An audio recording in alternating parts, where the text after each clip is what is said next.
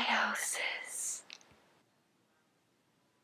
This is a eukaryotic cell. It is mature and ready to divide. Cells can divide through either mitosis or meiosis. Mitosis creates 2 identical daughter cells, but meiosis creates 4 genetically different daughter cells, which are known as gametes.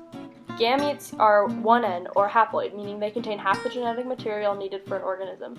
They join in fertilization to make a diploid zygote. First, the cell replicates its DNA during the S phase of the cell cycle, which is during interphase. The cell replicates its DNA once, but divides twice, which is what creates the haploid cells.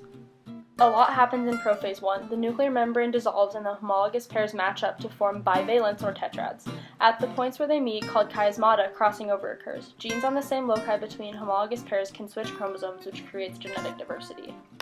Metaphase 1 is the next phase of meiosis. The bivalents line up on the equator of the cell, also known as the metaphase plate. They line up independently from each other, which also creates genetic diversity. Anaphase 1 starts when the spindle fibers shorten and start pulling the homologous pairs apart to the opposite sides of the cell. Telophase and cytokinesis occur next. The nuclear membrane reforms in each daughter cell, and the cytoplasm splits between them and the cells finish dividing. This is the end of meiosis 1. The same processes occur in the second division, known as meiosis 2. Again, the cycle starts with prophase, and we are only showing one cell for simplicity, but this is happening in both daughter cells from meiosis 1. The main difference between meiosis 1 and 2 is that during anaphase 2, the sister chromatids separate instead of the homologous chromosomes, which separated during anaphase 1. Meiosis 2 has now created 4 genetically different haploid gametes. Yay!